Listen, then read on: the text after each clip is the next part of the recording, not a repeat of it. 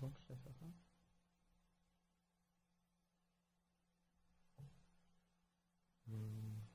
Okay.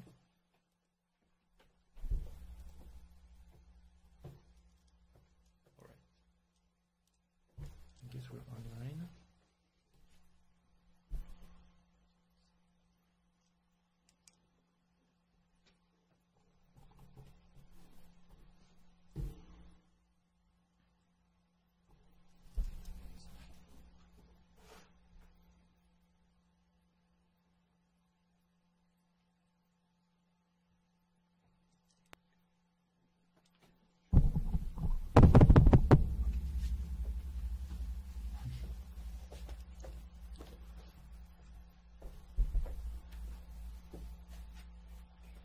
Okay. Okay. All right. Hello and welcome to the Ask Me Anything. I'm Antony, Antony Le Suisse, CTO of Odoo, and here is Olivier who's the community manager and one of our best guru here at Odoo. And we will first do a small introduction to give you some news about what happened between version 10 and version 11, and we will maybe show you some few features that are new for version 11, and then we will start answering your question that you can ask on the chat. I think we have access to both the chat on YouTube and on Facebook, so you can ask your question there. And we are monitoring on the screen here the different comments, and we will pick up your questions. Okay, here is a few bullet points that explain the different, some of the stuff we did between version 10 and version 11. We did many things, but those were the main points. You see, the first point is usability, and in usability there's a lot of things we did, and it's mostly many small changes all around the program. So it's many commits, many tasks, and we won't go into in detail of all usability improvement we did, but it's you have to know that it's one of our main focus, and it absorbs a lot of resources. So maybe 50% of what we do are related to usability, because our goal now, we think that Odoo has a good functional coverage. It's not maybe complete, but it's good enough. So we are focusing our work on making this current functional coverage available to everybody, and much more easy to begin with. So we will try to optimize for example, there are different steps when you discover Odoo. The first step is that you try the software, you do a free trial, you spend a few minutes with it, and in those few minutes we want you to be able to try the different features and to say to yourself, okay, this is probably the solution I'm looking for. And then after, there is a second step. You spend a few hours playing with the different features, and after you decide, okay, I will use it in my company, and then you start to deploy it in your company. So we are trying to do many improvements so that you don't get blocked either at the first or the second or the third step. And sometimes it's very small changes, like we change a label because it's not clear.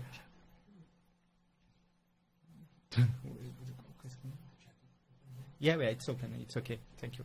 And sometimes it's just that some business flow are not clear.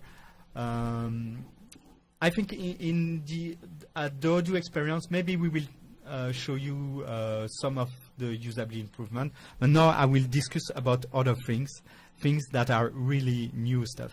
And the new stuff is, yeah, we're working on a platform as a service. So we are working on a place where people will be able to host their own Odoo modules, so their own code, on the cloud of Odoo SA, the Odoo the company.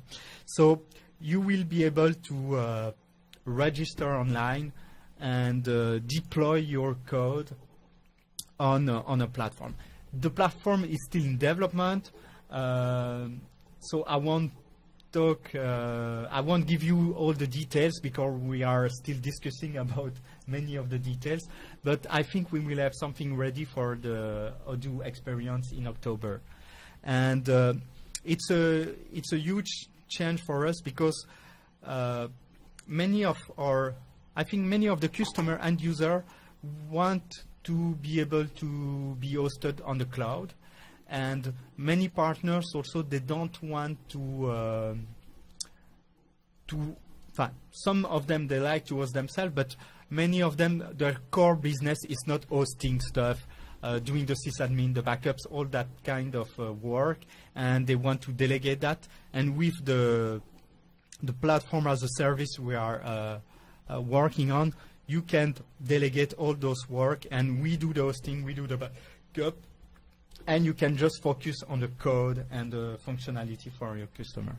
So that's one of our big project for that is ongoing now.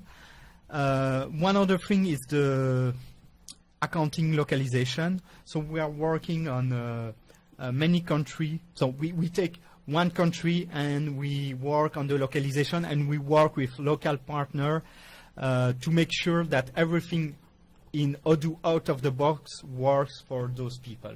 And we already did, I think, Mexico, Switzerland, France, and we are currently working on Germany, the Netherlands, Spain, and UK, and oops.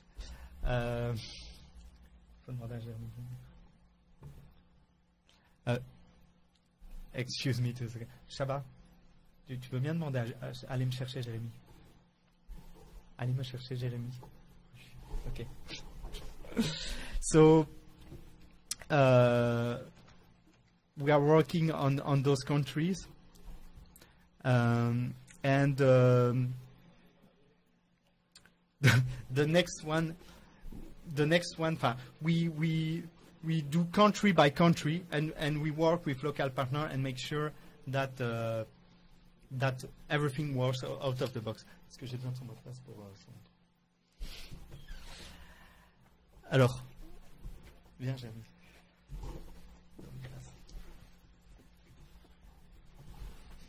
Et si on pouvait disable. Okay, you can.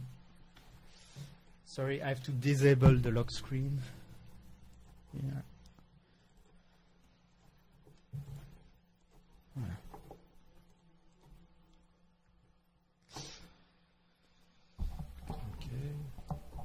Voila, we're back. Sorry for.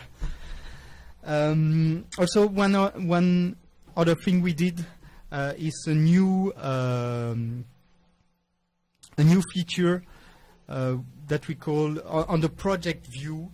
We have now a dashboard for every project that allow you to check what has been built, what will be built in the future, and I can show you.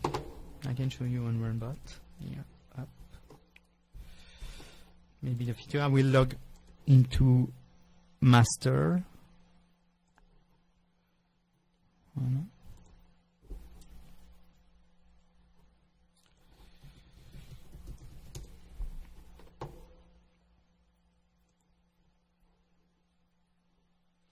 Ok, tu peux mettre ma tête en petit.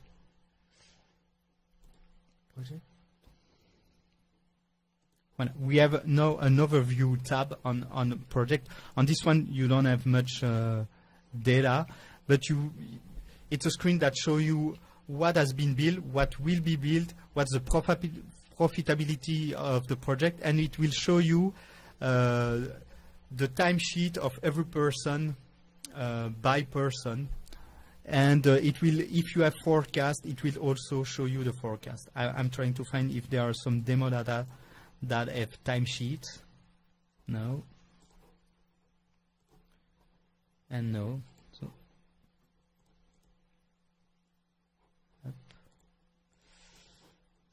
so I can create demo data, but I will do it after if we have question on that feature. One other big change we did also, it's in inventory, in stock. We did a big refactoring. We changed the semantic of what is a quant. And also, we allow now to change, to correct the stock move. So each time you do a picking and you confirm a reception or something that is going out, and after you want to, you made a mistake and you want to correct it, it's now much more easier to do that.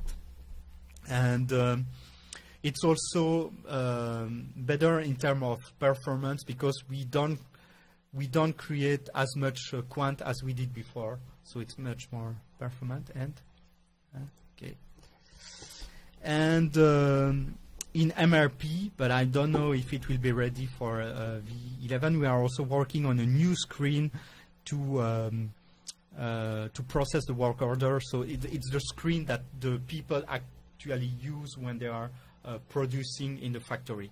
So we are doing a screen like the POS that is more custom and allow you to zoom on the PDF if you have a PDF file with the instruction. And so the screen already exists in 10. We are improving it in 11.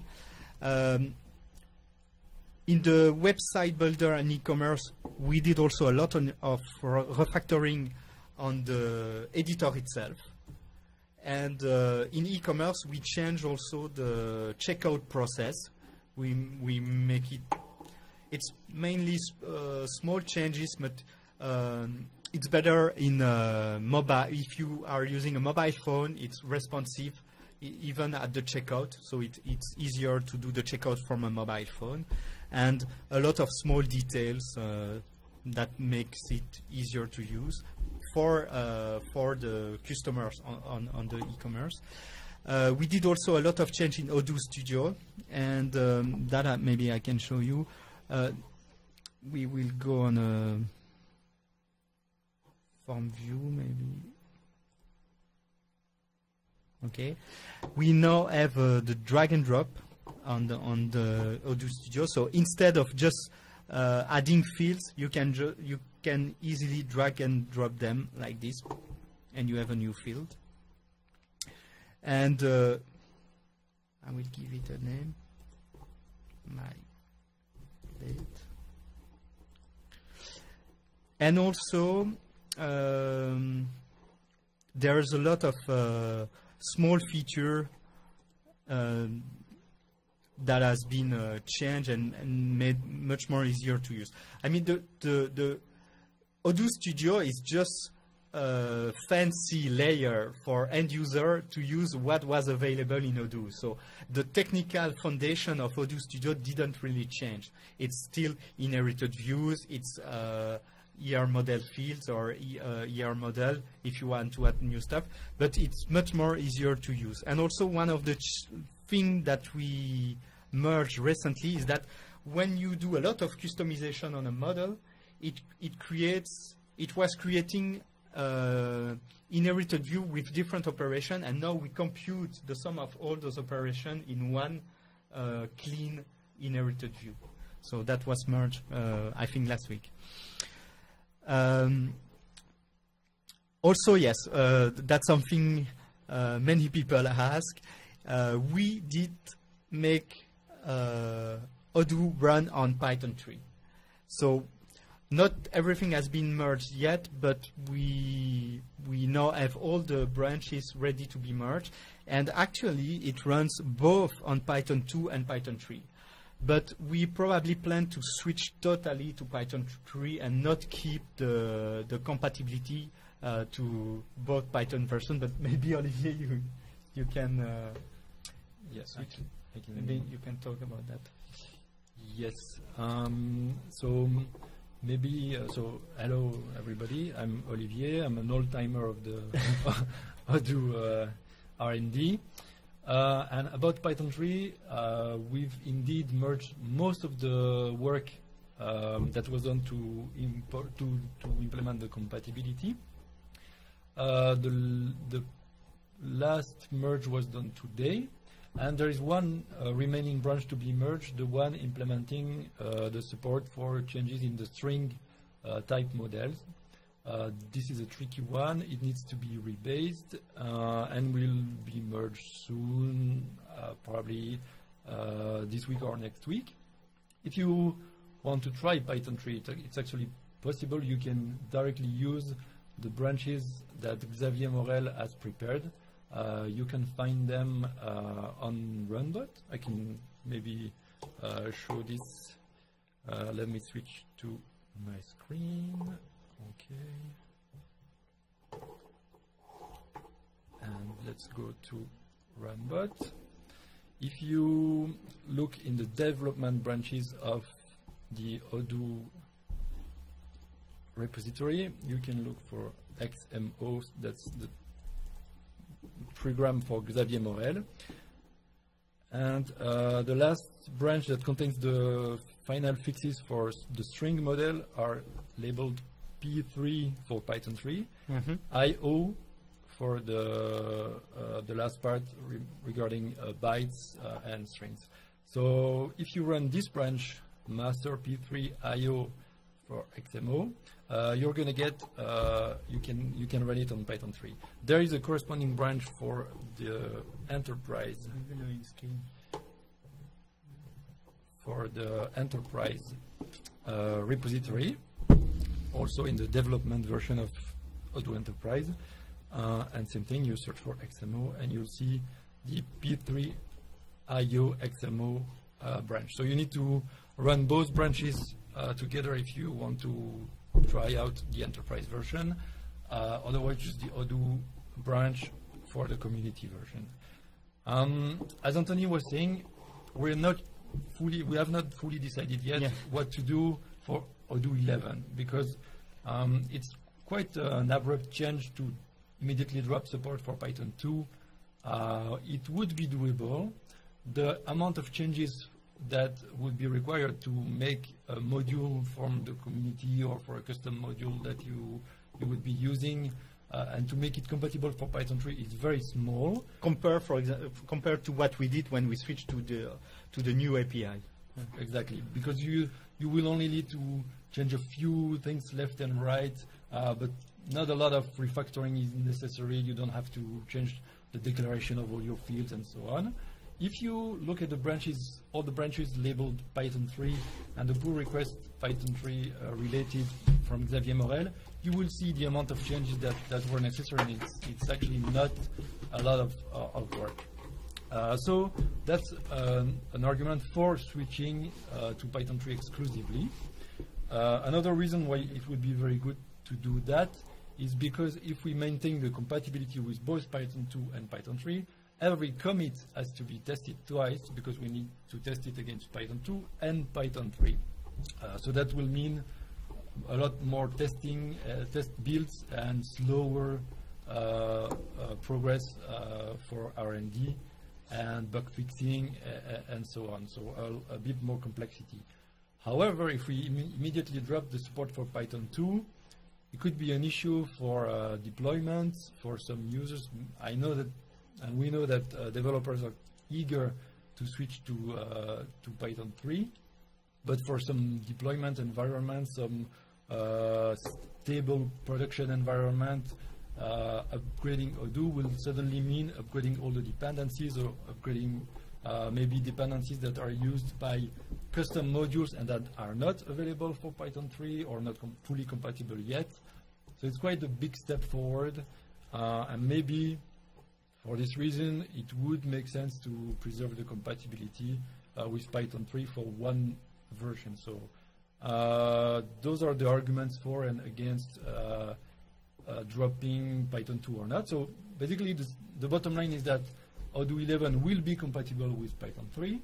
Probably Python 3.5 will be the baseline. It's the main version that is available in most distributions.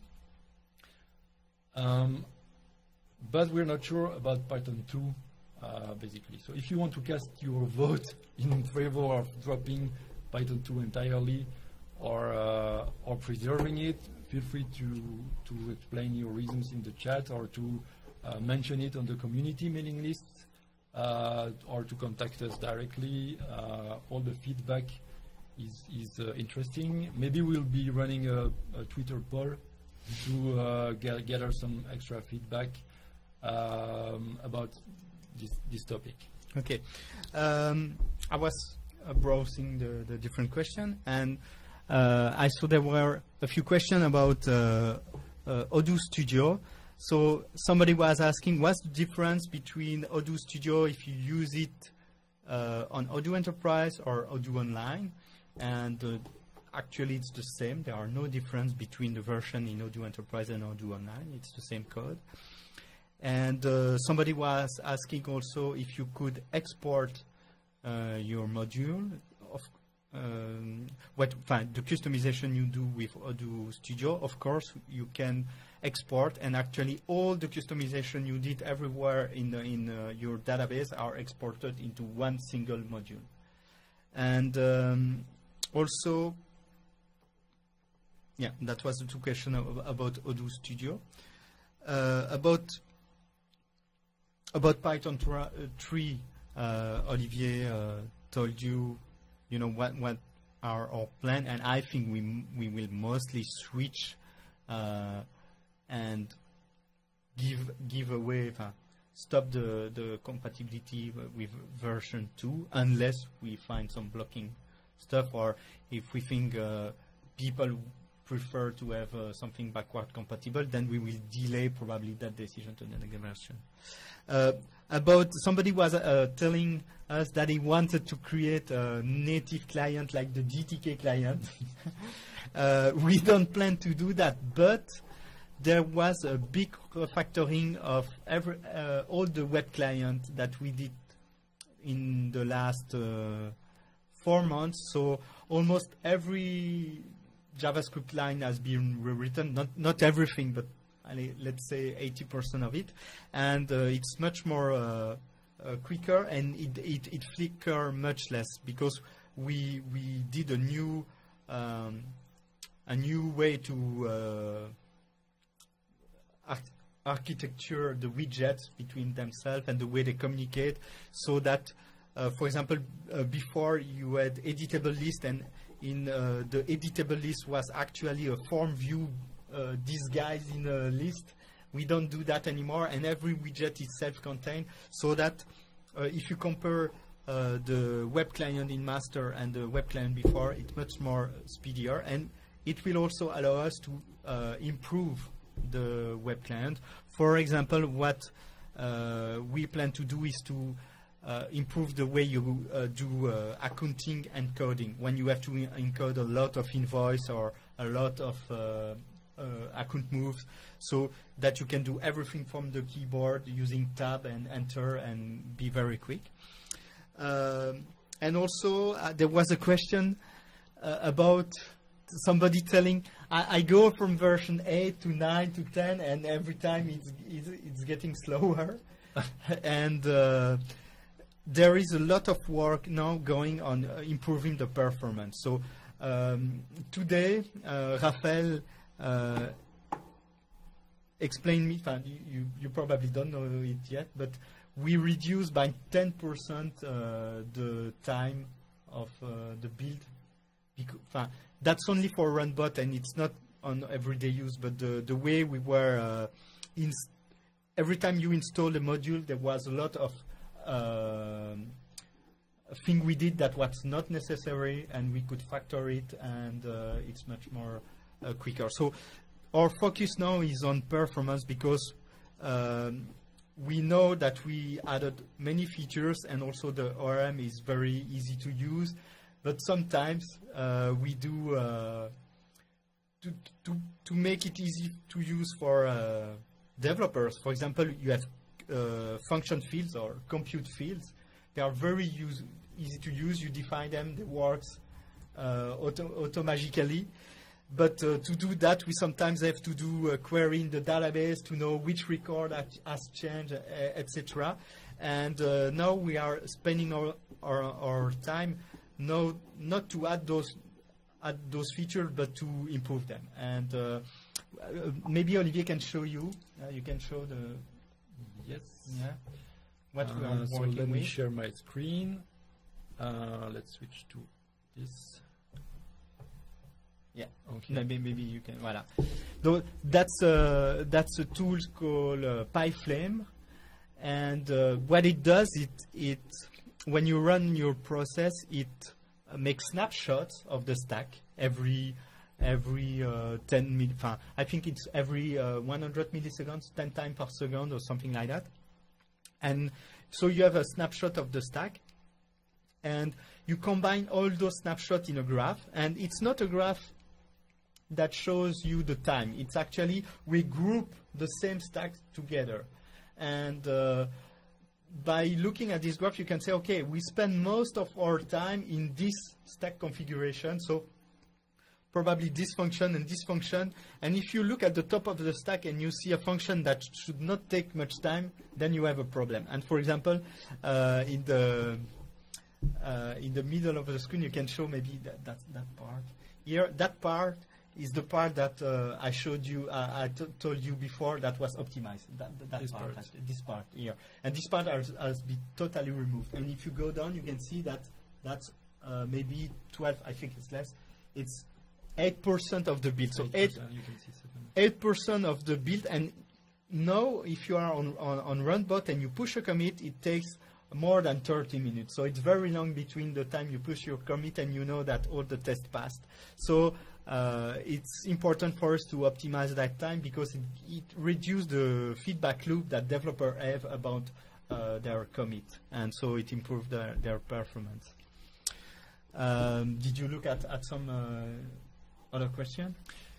Yes, I've seen some question about the availability of documentation regarding Odoo, the Odoo 11 release, early documentation. We are talking about technical documentation. Yeah, developer documentation. Mm-hmm. So you might want to know that most of the work on Odoo 11 and the new features, the new changes in the code are already available for developers to try.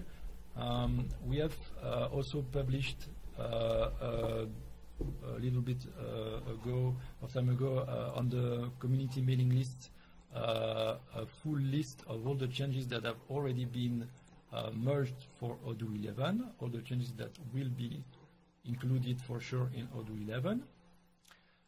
We can also give you, you can also go to Runbot and see all the branches that are currently built here. Mm-hmm. And if you are, let me clear this bit here. Okay. You might want to know, or maybe not everybody is aware of the release cycle that we are using to build Odoo. So if you go on Runbot on the left here, you see the starred branches. Those are actually sticky branches. Maybe I can zoom a little bit. These starred branches are first the long-term support branches, the major releases that we publish every year now. And further down here, you can see all these branches prefixed with SAS. These are the branches that we deploy on our SaaS platform, the incremental releases that are kind of preview versions for the next major version. They are numbered with sequential numbers, and you can see on the long-term support page. So we have something that you can find on Google, Odoo long-term support timeline here. It doesn't include all the SaaS intermediary branches, but gives you an idea of which SaaS versions were published in between long-term support releases. So you can see that between version 9, the major version that was released 2 years ago, and version 10, released last year, there were a few intermediary monthly releases for the SaaS platform. So you can see that we do these developments incrementally, and we deploy everything that is ready on the SaaS platform so that we can get early feedback on how the features are working and if we can improve them further. So you can see that SaaS 14 was the first intermediary release after Odoo 10. Then we have Odoo 15 that is currently deployed on odoo.com. So if you log in on the portal on odoo.com with your Odoo account, you're actually trying out Odoo SaaS, the version SaaS 15. It's also the current version that free trial versions user get when they sign up for a free trial, a new free trial of Odoo. Then we also have, if we go back to Runbot, that we also have these intermediary releases that are further in the development cycle. SaaS 16, SaaS 17 are currently under testing. SaaS 16 will probably be deployed on odoo.com next week. So that means that it's already pretty stable, and we expect it to be deployed on the SaaS platform for new free trial maybe 2 weeks after that or 3 weeks after that, when everything is has been undergoing a smoke test on odoo.com itself. And then we have already SaaS 17 that is freshly blessed and includes further new features, including the latest next activities interface and a few things that maybe we can demonstrate later on. So you can see that everything that will be part of Odoo 11 incrementally is released incrementally as intermediary SaaS branches that you can try out as a developer if you want to get familiar with everything that we are doing. So in terms of developer documentation, we have also now published the online documentation. Let's go here on Odoo documentation. If you go here, actually you have the docs, and I think we already, or it's not fully live, but it will be soon available, the Odoo 11 preview documentation. We are preparing it so that you will soon see it here. So you get access to the source code. You have you can have access to the release notes or the preview of the release notes that Fabien, I think, posted on the community mailing list a few weeks ago. So if you go look at the archives of the Odoo community list, you can find them on odoo.com/groups, and there you have the community lists if you're not subscribed yet. And there in the archives you can find, maybe we can post on the chat the link to the release notes that were already posted here, the temporary release notes that describe what is part of the different SaaS intermediary monthly releases that we have already produced. All right, maybe Antony, you have something. Yes, somebody was asking. Maybe you can display my screen. So, somebody was asking, can we get back the chart of account we had in version 8? So if you remember, in version 8, every account had a parent ID with another account. So no, we don't go back to that model, but we've introduced something that allow you to do the same thing.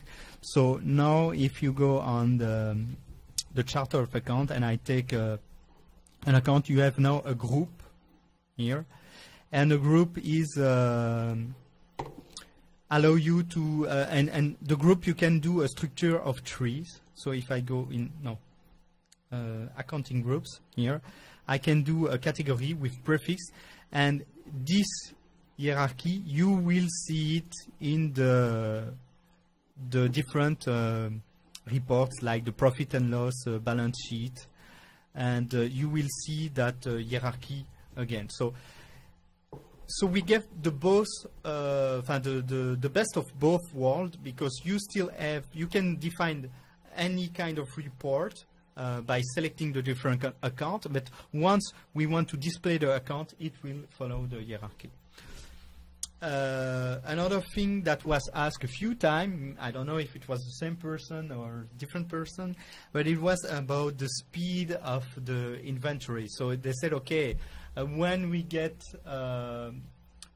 many products, like he was talking about 10,000 products, and you want to do an inventory with 1,000 of product, it's very slow and takes a lot of time. And that's something we work actively on. So when we decided to refactor stock, and the main refactoring was merged, I think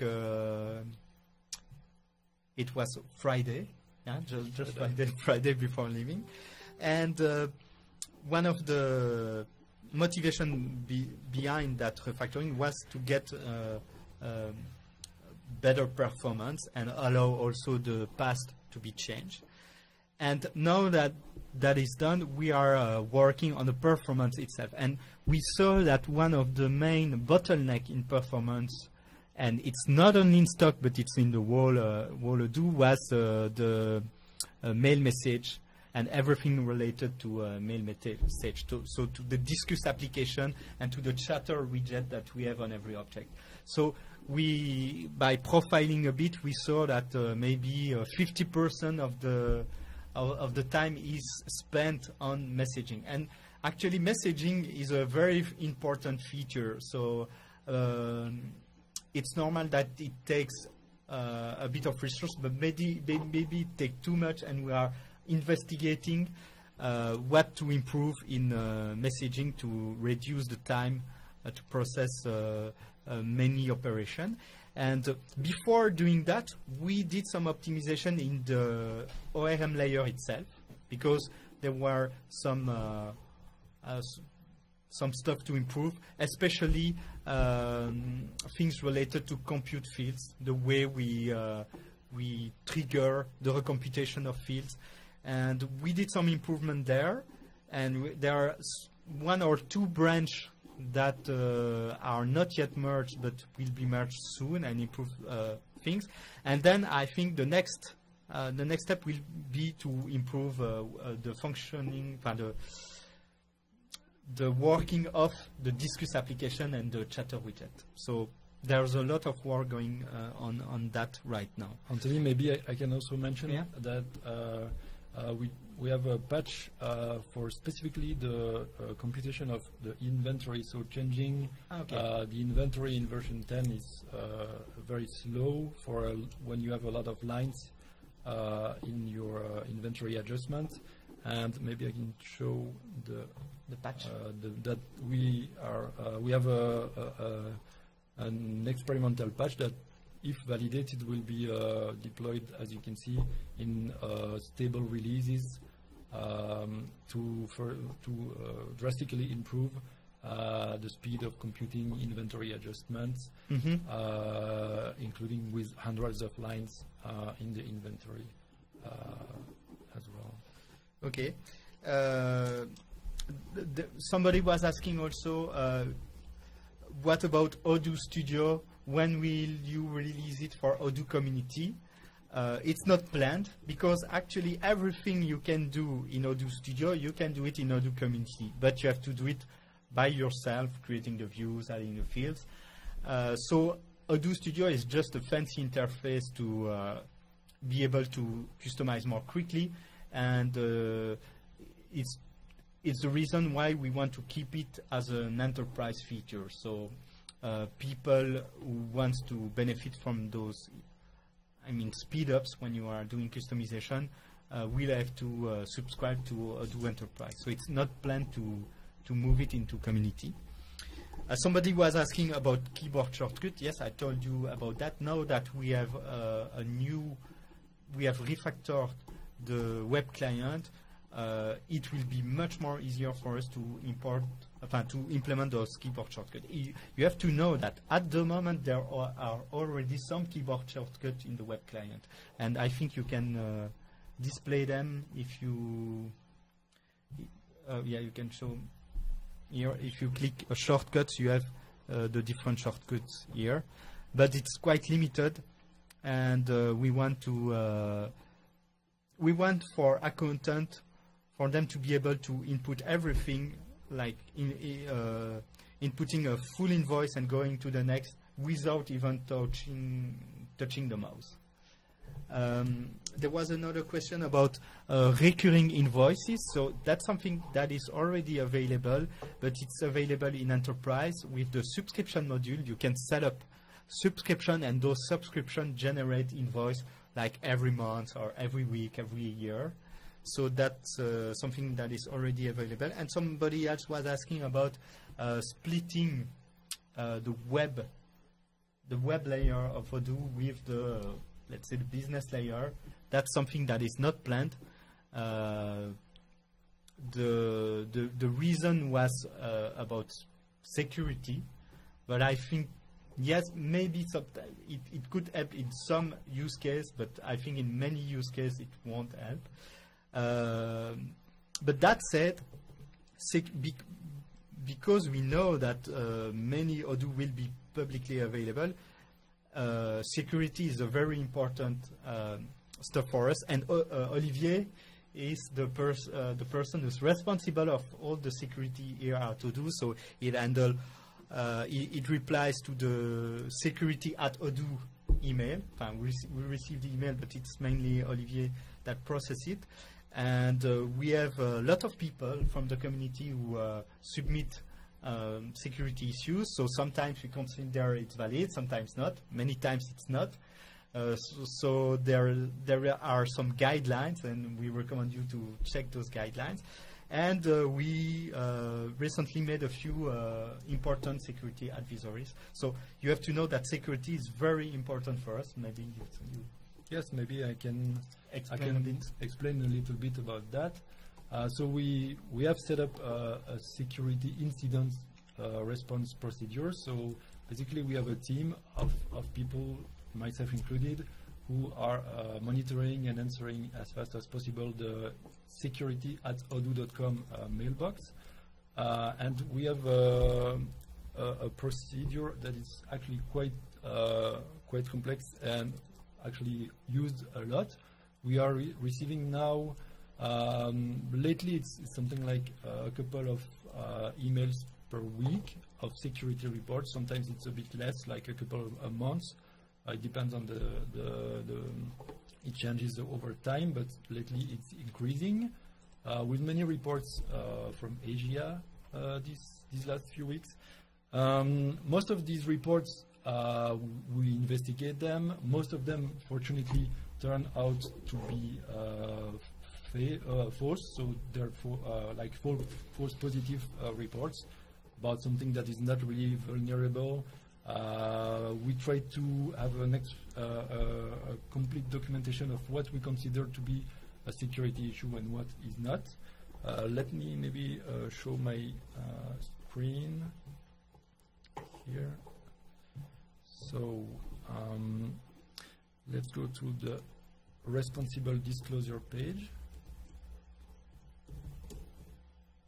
You can find that easily on Google, or you can also find it from the security page. So actually, if you just go to odoo.com/security, you have a summary of what we do every day in terms of security for both the Odoo online version, the platform, the servers, the communication, the network, everything that we do to secure data in terms of persistence of data, making sure that customer data is never lost, and in terms of the security of data, that data can never be stolen, that isolation of customers is maintained. So we have lots of steps in place for that. And then there is a part about the safety of Odoo, the software.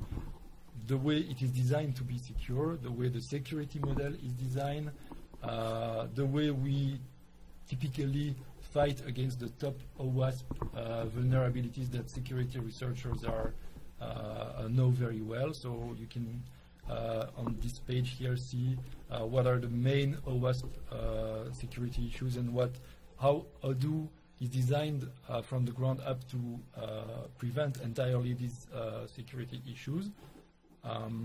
So this is something that we have deeply imprinted in the architecture of Odoo.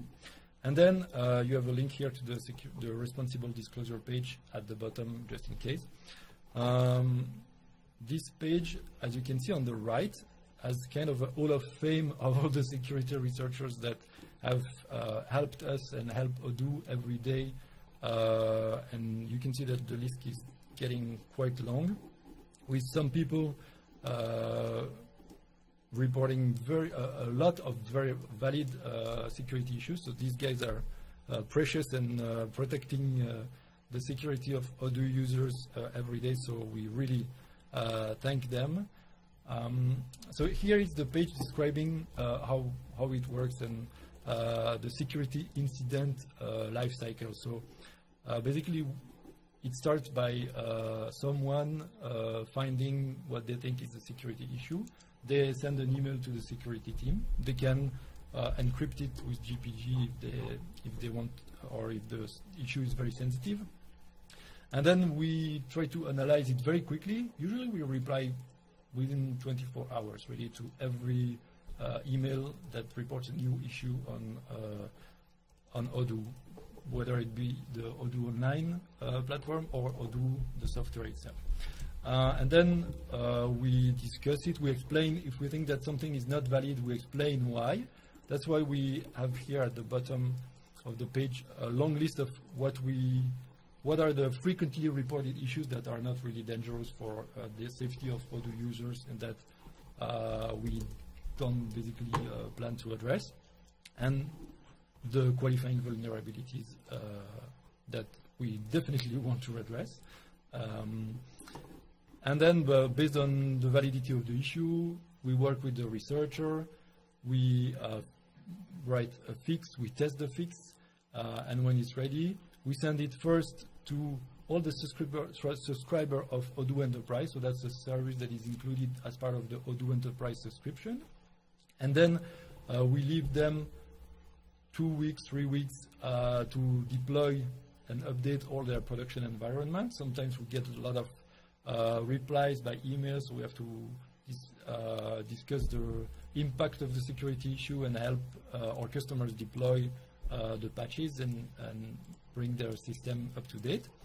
And then we publish them, we disclose them publicly on your mailing list, on the Odoo Community mailing list, on Twitter, and we also publish them on GitHub. So if you see here, there's a link, public channels, brings you to our GitHub bug tracker, and these issues are labeled security. These are all the issues that we have disclosed publicly, and you can see the full security advisory explaining the impact of the issue, any workaround if there are, and how you can apply the patches. So we definitely advise people to watch this and to, most importantly, frequently update their Odoo deployment, because we often get, as a reply to a security advisory, messages from people that have trouble updating because they are so outdated, like using versions that haven't been updated for 1 year or more, which means that they are vulnerable to a lot of past issues that were fixed a long time ago. So it's kind of critical to keep this in mind and keep your deployments up to date. Maybe just one last word about security. As Antony was saying, this is a major focus, so we are all the time improving the security, and we kind of use the opportunity of releasing a new version to include more drastic changes in the security model. So, for instance, in the various releases that are previews before Odoo 11, we will include, and we have already included some changes to the security control on internal data, like access to views definition, model definition, all these internal tables that the users, that do not contain business data, but configuration data and things that the normal users should not be accessing.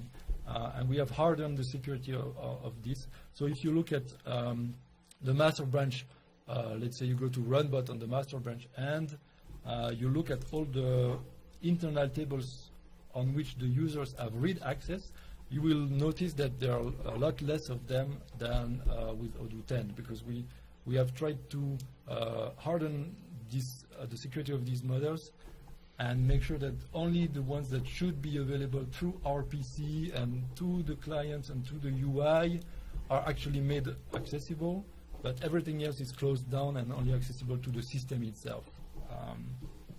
So these are the kind of things we are doing to improve the security. Okay, so there were some other questions. There was a question again about the platform as a service that we are developing. So I cannot tell exactly when it will be ready, because we are actively working on and we want to release something that, you know, works. So it's really still in research phase. But some development started, but there are many topics that are still in the research phase. There was another question about stock, about the refactoring we did in stock. I didn't understand exactly the question, but I think the question was if we did change something about the creation of stock moves. So did we change the pull or push rules? But we didn't change much of it. So what we change is more the way you create quant and what happens when you validate the stock moves. The creation of the stock move is self-destruction, except there are a few cases that were changed. But we are planning another phase of that refactoring, and we plan maybe to remove procurement. It's not removing procurement, but it's removing the object and keeping just an abstract object for procurement. It's not yet started, but if we change that, yes, it will change a lot the way we create stock move. But this is not yet done. And if you go into the master stock branch that has been merged Friday and you play with it, as an end user, you won't notice much change except the picking screen, which is easier to use. Because what we did, we removed the backups, how is it called?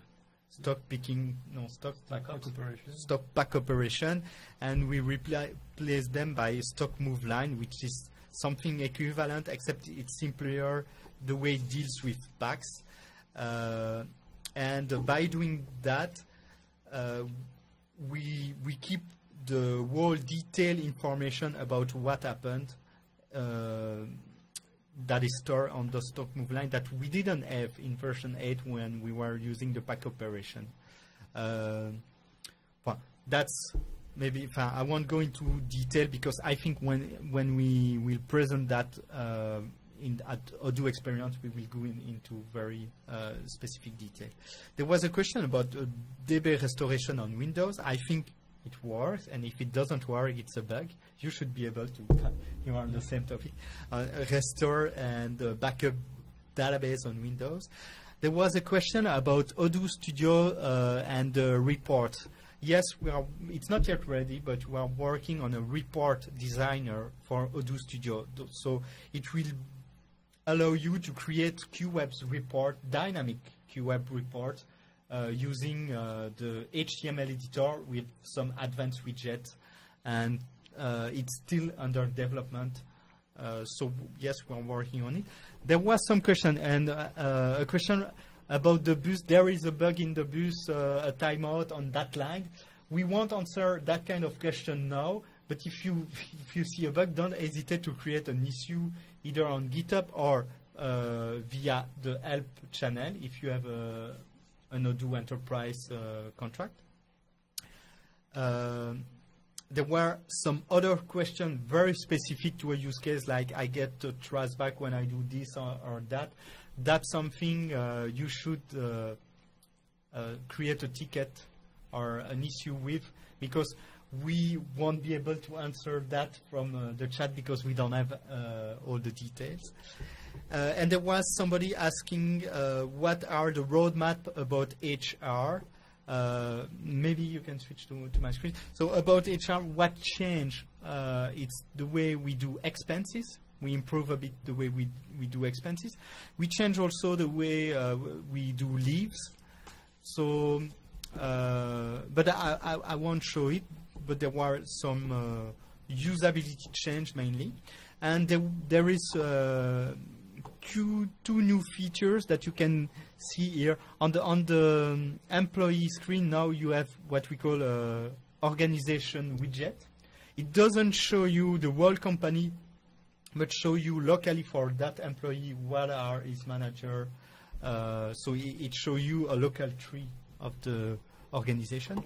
And there is one big new feature. It's the contract and salary package management. So if I go here, it's David Sampson, and I want to propose him a contract. Imagine that it's somebody that did an interview, but it's not yet part of the company, and we want to propose him a contract. We revamped the payroll modules, and now we can use this link and send him a link to the contract. And with this link, he will be able to configure its salary package. So he can choose if he wants a company car, or if he wants some advantage, if he wants a mobile phone abonnement, and that kind of, you can imagine many kind of options, and based on those options, it gives you the gross salary, and it even computes you for information the net salary, and then you can review the contract, and but you need to upload some PDF. I didn't do it yet. You can review the contract and sign and accept the new employee, and it's something that we developed mainly for our own use. So maybe you will need to customize it, and I think it applies only on at least medium-sized company, because if you're a small company and you hire one person every year, you don't need to configure that. But as Odoo is growing and we will hire more and more people each year, we wanted to automate and also give more flexibility to the new employee of Odoo, allow them to choose exactly their package instead of doing that manually for every employee. So that's a quite big new feature. There was somebody also asking about how do you manage your own project here at Odoo, and we use Odoo. It's eat your own dog food. Maybe Olivier can show one of the projects that we use internally. So we use the project with the task, and we have a Kanban view with different steps. And I know the first step is backlog, the second step is specification, then development, and then we have 2 phases of testing, and then 1 phase of code review, and then the process is over. And every time we have feedbacks or ideas, they go in a specific project, like a think tank, something like that, and it's mainly functional. We have a group of functional people that we call the product owner, and they choose what task will be done, and then we work on the specification. So maybe you can, we can show you here. That's the different project we have internally. So we have different teams. One of the team is doing accounting only. One of the team is doing inventory and MRP, and one of the team is doing the rest. So it's mainly services, sales, CRM, and all the other apps like the small apps like Fleet, Lunch. And we have also a big team framework that works on the framework, so they don't work on functional stuff directly. And we also have a team working on front-end stuff, so the e-commerce and the website, the CMS. And all those teams works using tasks in Odoo, and they work using the same you don't show the project with all the images with tasks, and you can see there is a lot of tasks in backlog, and then some of them get selected and we write the specification, and then there are a few in development, and then we have 2 phases of testing, and then it gets merged. So that's the way we work. So it's not Scrum, but it's more something called Kanban, Agile, or I don't know what is the correct buzzword for that. Somebody else was asking also about multi-website. So we don't know if V11 will have the multi-website feature. So if you have to know that when we designed the first CMS, we had in mind that it should work on multi-website setups. So we created an object called website, and we have website ID on some object, but we didn't expose that to the user because it was too complicated. And now we are working on a new project to change the object model so that it will be easier to use in multi-website. We don't know yet if we will expose that to the end user. I don't think we will do that, but we want to make sure that everything is possible and you will be able to implement multi-website, but I'm not sure it will be available as an end user. In a few clicks you will be able to do multi-website. So we don't know yet, but if the object model is correct, then it will be easier to after do a usability task and make it available to end user. But yes, our goal is to and we know that we have a lot of demands for a multi-website in the US, and we have much less in Europe. I don't know why. And we want people to be able to use multi-company and multi-website in Odoo, even if it's complicated. All right, so let me address a few very quick questions.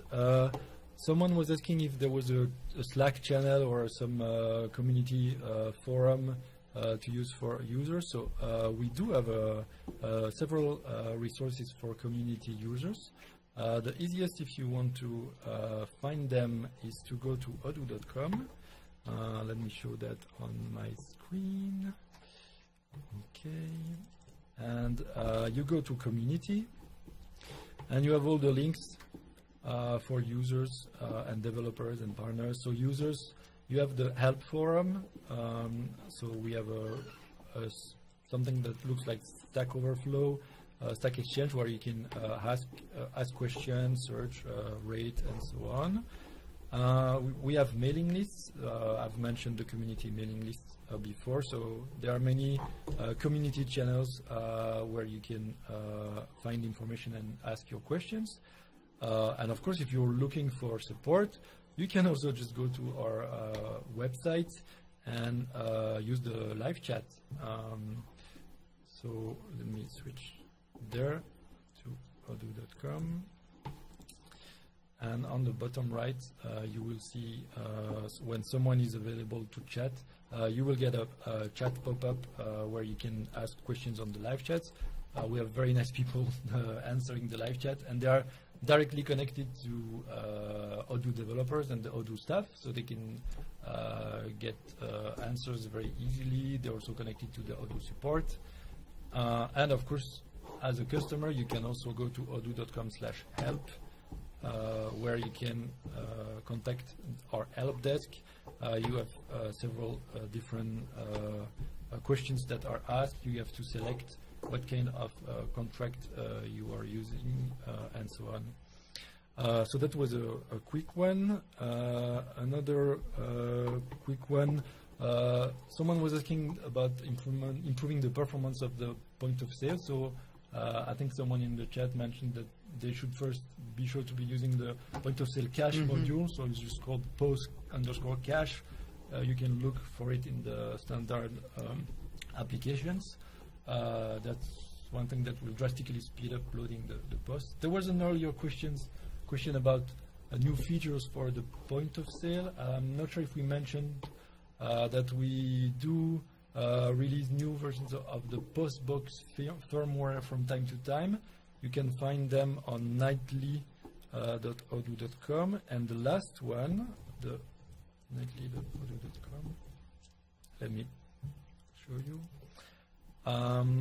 In the master directory here, where you can download nightly builds, those are built for all the long-term support stable versions that are built daily, because we don't do minor version releases. We simply ship what we built the day before using overnight packages that are prepared every night. And they're always stable because all the commits go through the test suite and the runbot validation, so everything is tested in the same way. And here in the master part, you can find a subdirectory for postbox, where you can find a zipped version of the firmware for the postbox. And the last one, the 16 version, will be compatible with Odoo 11. And if you have Odoo 11 and this version of the postbox, you will be able to have an extra screen, a secondary display for the customer. So it's like a customer-facing screen, something that was often requested. Maybe actually I could show you what it looks like. I do have somewhere a database with a runbot on runbot that is connected to the point of sale, and I could resume my point of sale session. Let's see. All right. So this is a demo point of sale, and you can see the new icon here on the top, which indicates that a screen is activated. So basically, what I did. Let's switch back to the configuration of the post.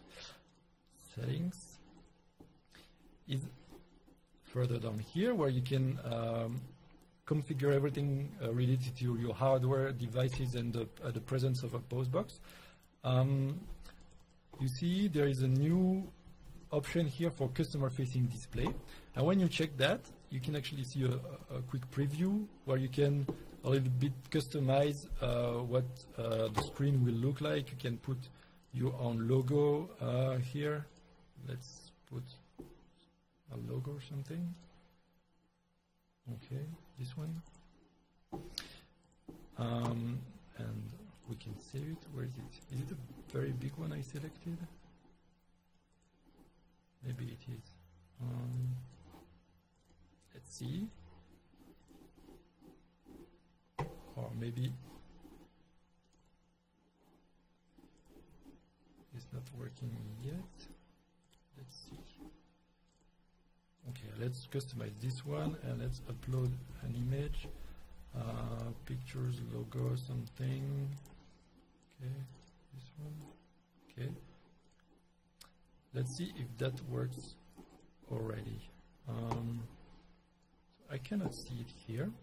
But let's try to switch to the secondary display, so at least we can see if that part is already working on our development version. So I resume my point of sale session.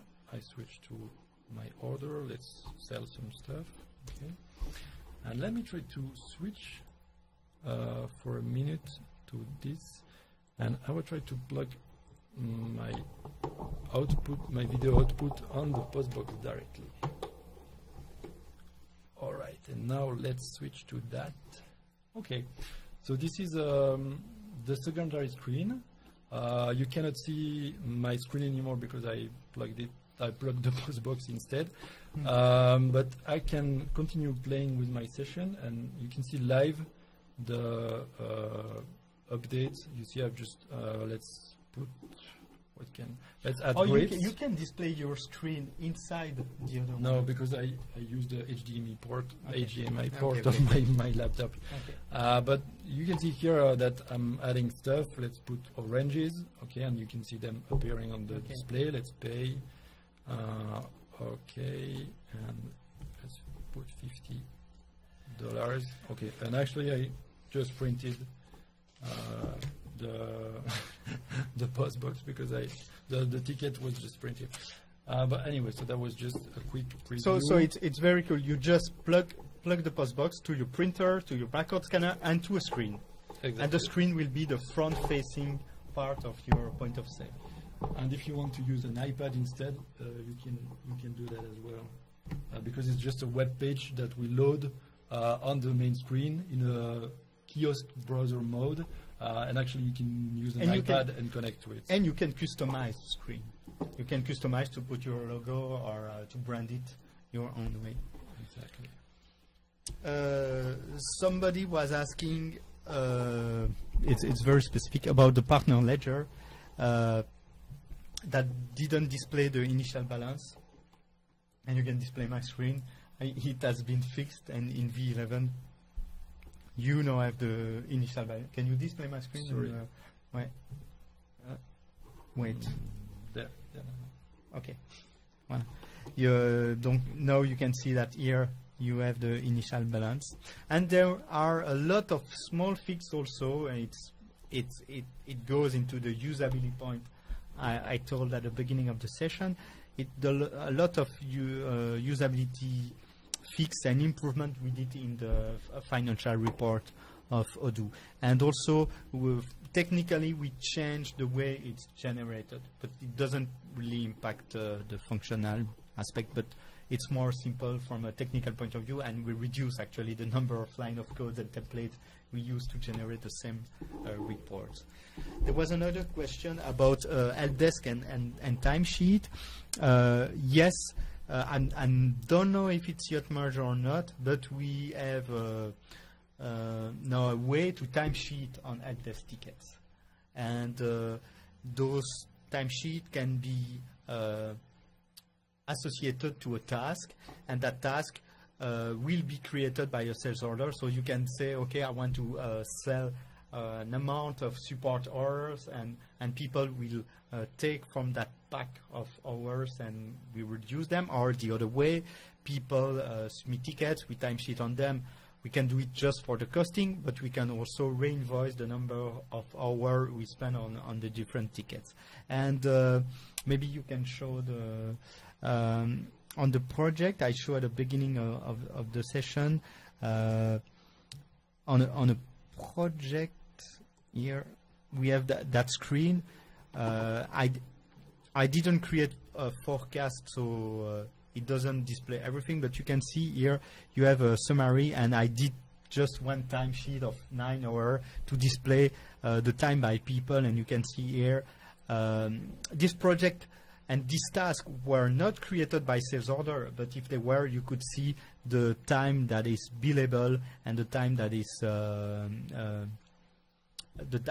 time that correspond to a fixed amount of time on the sales order. Here, it's non-billable because that task was not created by a sales order.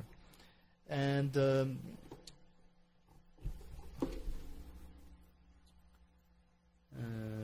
I cannot read myself again for the question. So.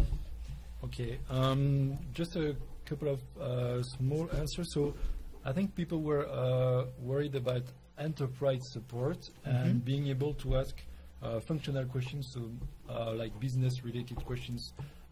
First of all, as an enterprise customer, you should not be worried, and you can contact the help desk anytime. There is also a team of functional consultants who are answering the functional questions. So that should not be, you should not be worried about that. You can ask also technical questions, but business questions, functional questions are okay as well. I think someone was asking if it's okay to use the Odoo forum, Odoo help the forum, the community-based forum for enterprise questions as well. Of course, you can. Being an enterprise customer, you might want to directly reach out to the Odoo help desk because they're there to help you as well. And as long as you don't ask them to complicated questions where they need to help you set up something, but if you're just asking broad questions, usually they will answer without requiring a paying contract. So very simple questions. You can also ask them on the live chat, for example. But of course, if you want to ask questions related to the Odoo Enterprise on the Odoo forum, that's not an issue. There are many people who use Enterprise who are using the forum, so feel free to do that. Another quick one that I might want to answer was a question about updating Odoo. So how should you update Odoo? So actually it's an interesting question because it's a frequent mistake that I'm seeing as a result of publishing security advisories.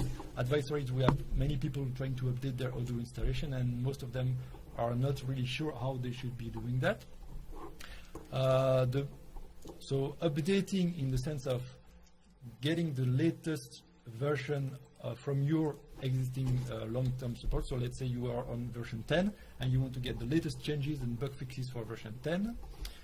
This is done normally by simply installing the latest version 10 that you download from odoo.com. So you can download that from nightly.odoo.com or download.odoo.com. And you also can download, this is only for the community version on the nightly builds, but you can also go to odoo.com, let me show that, to odoo.com/download, or you just look for the download, I think it's page download. Okay, and you get here all the download links. These are actually links to the latest builds, so they're also built nightly, and here you have both community and the enterprise version. The download link on the right for the enterprise version will only be displayed if you are currently connected, as I am, if you are currently logged in with an account that has an enterprise subscription, and if you don't have an account that works because you never created a portal account that is properly linked to your enterprise subscription, do not hesitate to reach out to your Odoo account manager, the salesperson that can help you fix this.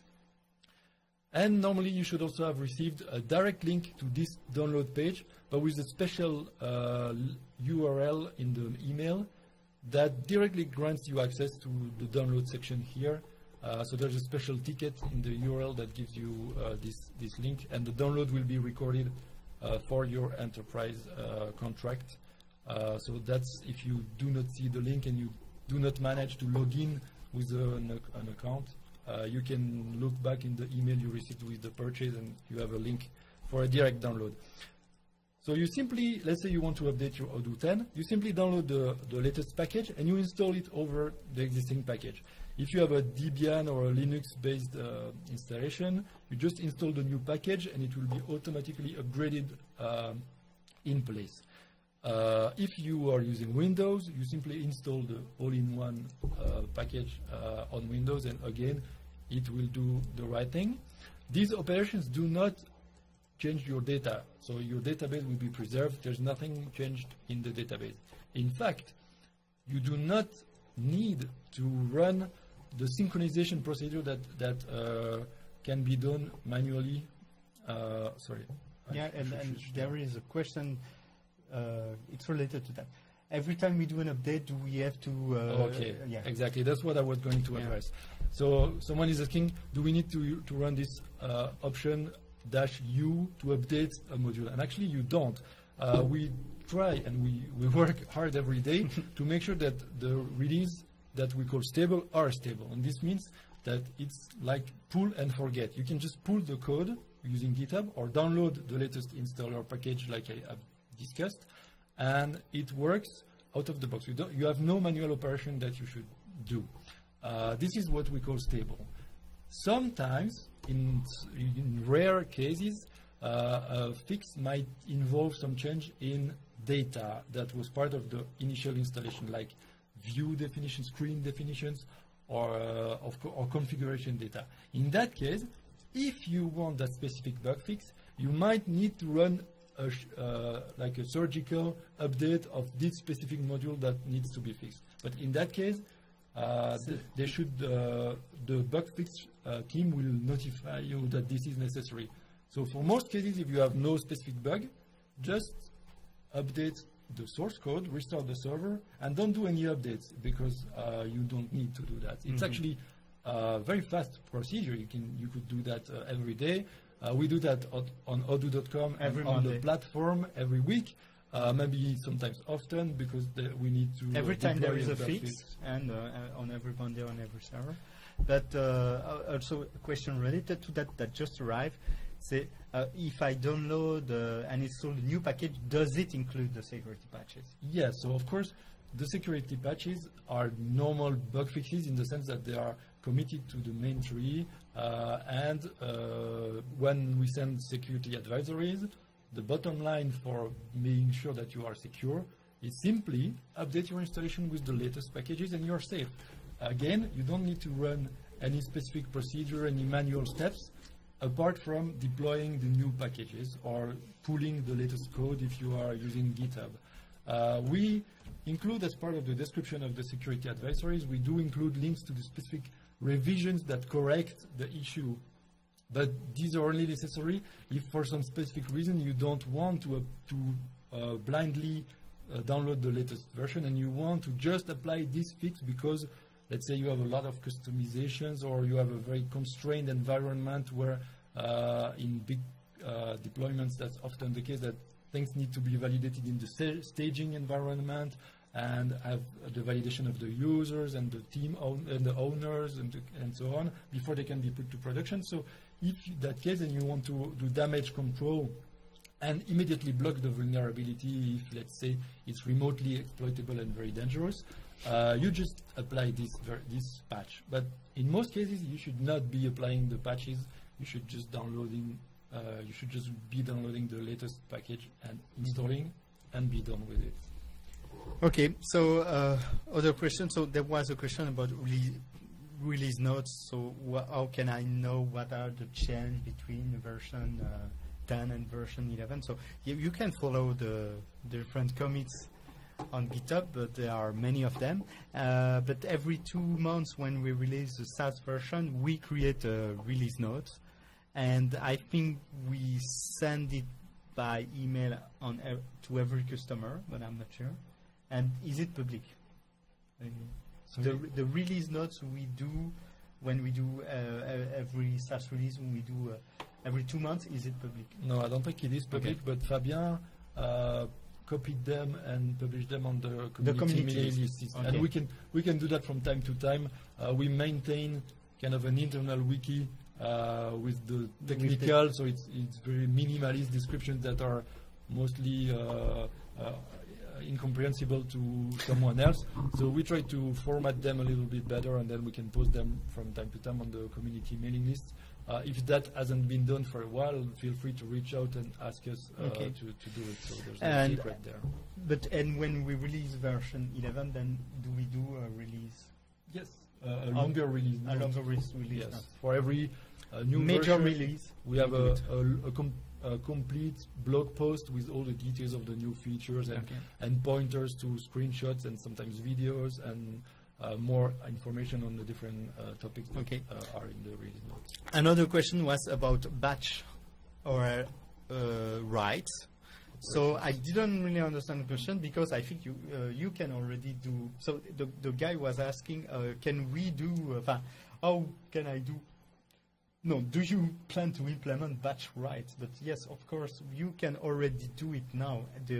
Every function in the ORM except the create are batch aware. I think that was the question. The person was asking about batch create, which is built in already and has been there forever because it's part of the design of Odoo to work in batches as an ERP system. But batch creation is not directly available except using the import feature. Load mechanism. The load mechanism by importing CSV But files. even when you do that, it generates different SQL queries on every query. Yes. The thing about creation is that it's actually complex. We've thought about implementing that, and maybe it will come in a later version. But there are lots of technical subtleties with batch creation because Usually default you need values need to be recomputed. Usually you need the ID of what you created for the next one, or There is that, and the fact that the creations are not idempotent in the sense that default values may depend on the values that were previously inserted, like in journal items. That's in particular the case.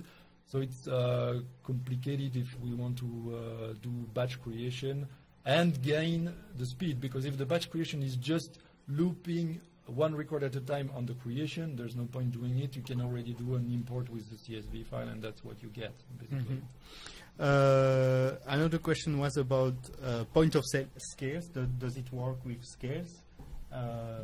Yes, it works. We don't have a scales here because it's quite the one we have is quite big, Yes. big like this.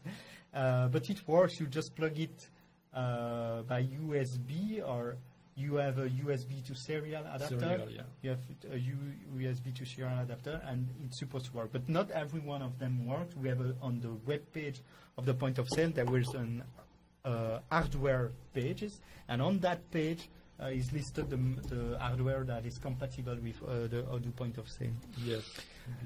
You can show this. Sorry. Here, if you search for Odoo point of sale hardware, you will get to this page where you can see what kind of barcode scanners, scales, cash register, receipt printers that we support, because not all of them are supported. Receipt printers, basically we support printers that do AskPOS, the AskPOS protocol, which is pretty popular among printers. For scales, we support two families of scales at the moment. The Metla Toledo Arriva family, which has one kind of protocol to scale. And then we have recently added the Adam Equipment AZ Extra family, which are a family of much cheaper scales. So sometimes people complain that the Arriva scales are pretty expensive. So if you have this problem, you can look into the AZ Extra scales, and these require the Postbox firmware version 15. So I've shown earlier in the video where you can download these firmwares, and there's a README file there where you can let's go to it again quickly, where you can get instructions or a link to some instructions on downloading and flashing the firmware of your Postbox. Okay. So flashing on, it's like on Linux it's just a DD command, and on Windows you have to use a tool to do the DD. Somebody else was asking about, do we run the G event version of Odoo? But yes and no, actually. When you use Odoo in multi-process mode, one of the process is running the G event version, and everything related to the bus will happen in that G event version. And the reason we do that is because this process will handle a lot of simultaneous socket open, and we don't want to launch a thread for every of this socket, and that's the reason we put it there. But we don't advise you to run Odoo just in G-event mode, because if you do that, and when you do G-event, it won't switch from one greenlet to another greenlet unless there is an IO, or you give back to the Python interpreter a way to switch to the greenlet, and it might block if you are doing some computation too long. It will block. So I don't advise to do that just running the G-event version. What you do, if you enable the multi-switch, it will spawn a G-event worker, and everything related to the chat will happen in that worker. Somebody else was asking about, I saw price list on the settings in master. Does that mean that the price lists are implemented in the point of sale? Yes and no. No, because what happens is that you set a price list and we compute the price before loading up the point of sale. So if you have complex price list based on the number of items, they won't be implemented. But there is I think a pull request about implementing all the features of the price list again in JavaScript in the client side, and this has not yet been merged, but maybe one day it will be merged.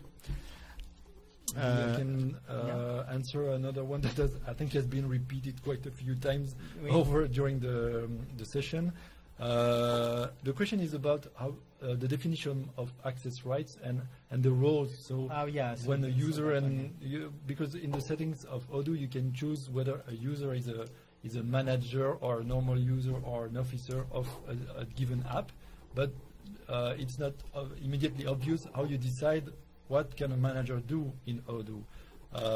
So maybe I can show you a little peek at that.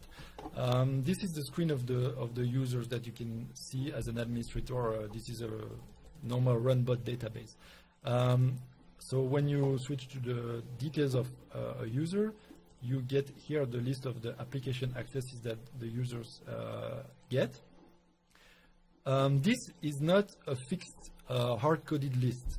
It's actually dynamically computed based on the definition of the groups and the group membership of the users. So if you enable the debug mode from the main settings screen, you can click here to activate the debug mode. If you are in the debug mode, you can go further in the definition of those groups. So you can go to groups here, and you can see, let's say I want to see accounting groups. You see that there are different levels of accounting access.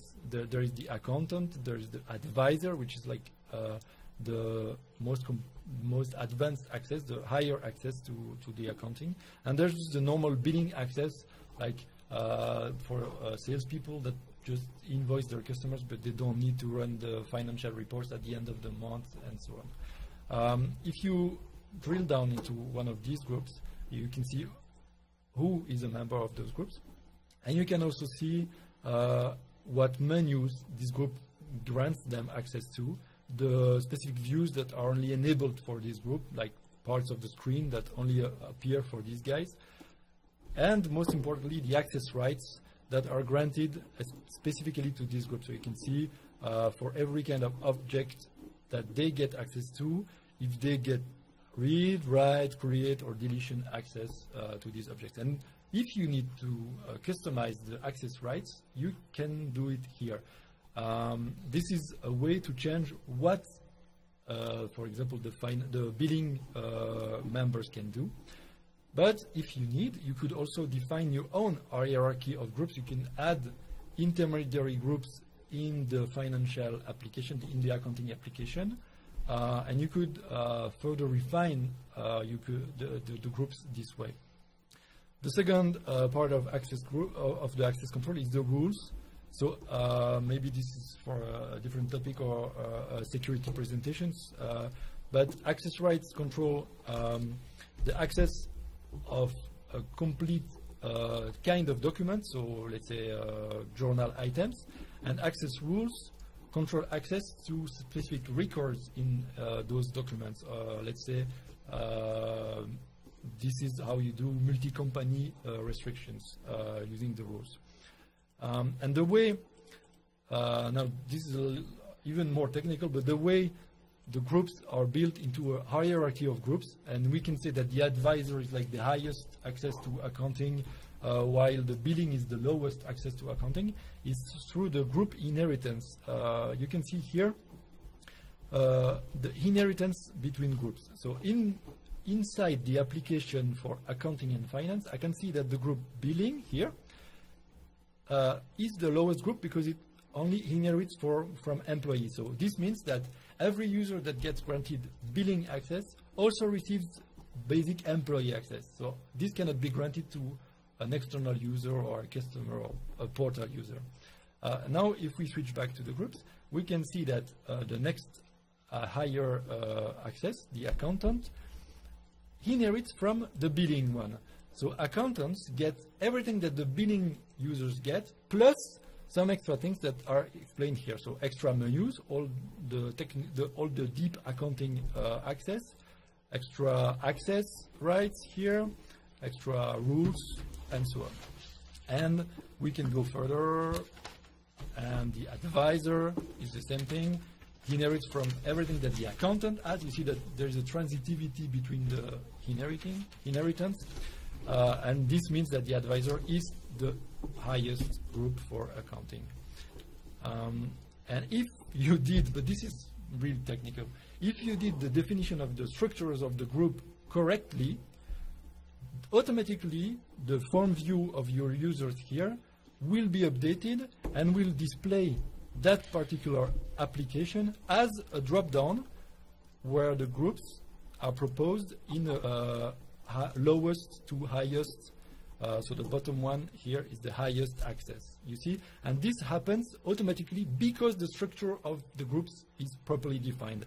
If it's not the case, the application will not be displayed as a selection, but it will be displayed as a series of checkboxes. So that will be further down here.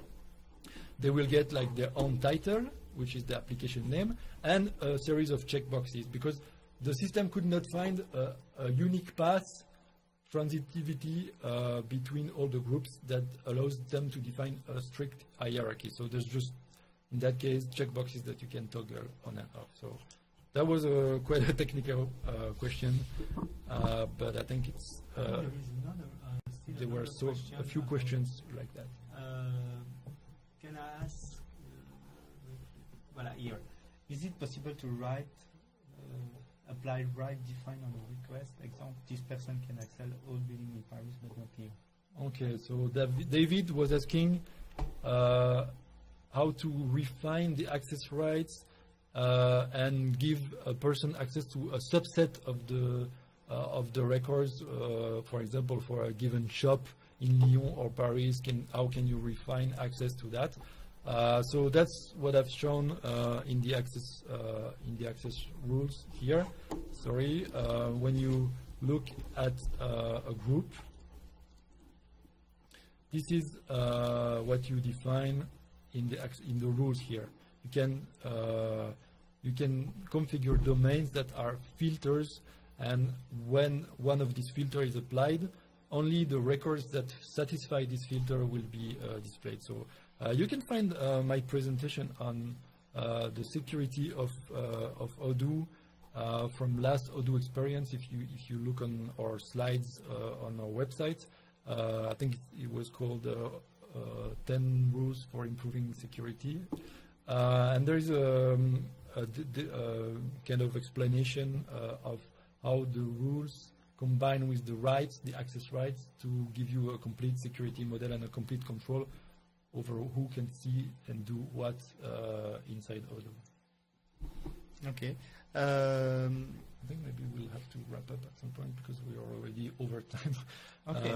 I think there's another session at 6. At 6. So okay. We'll probably have to. So, wait, I checked the but I will go very quickly in those questions. Somebody was asking about the pricing of Odoo Online. That's something I think you should discuss with your account manager, because there are different pricing in different regions of the world.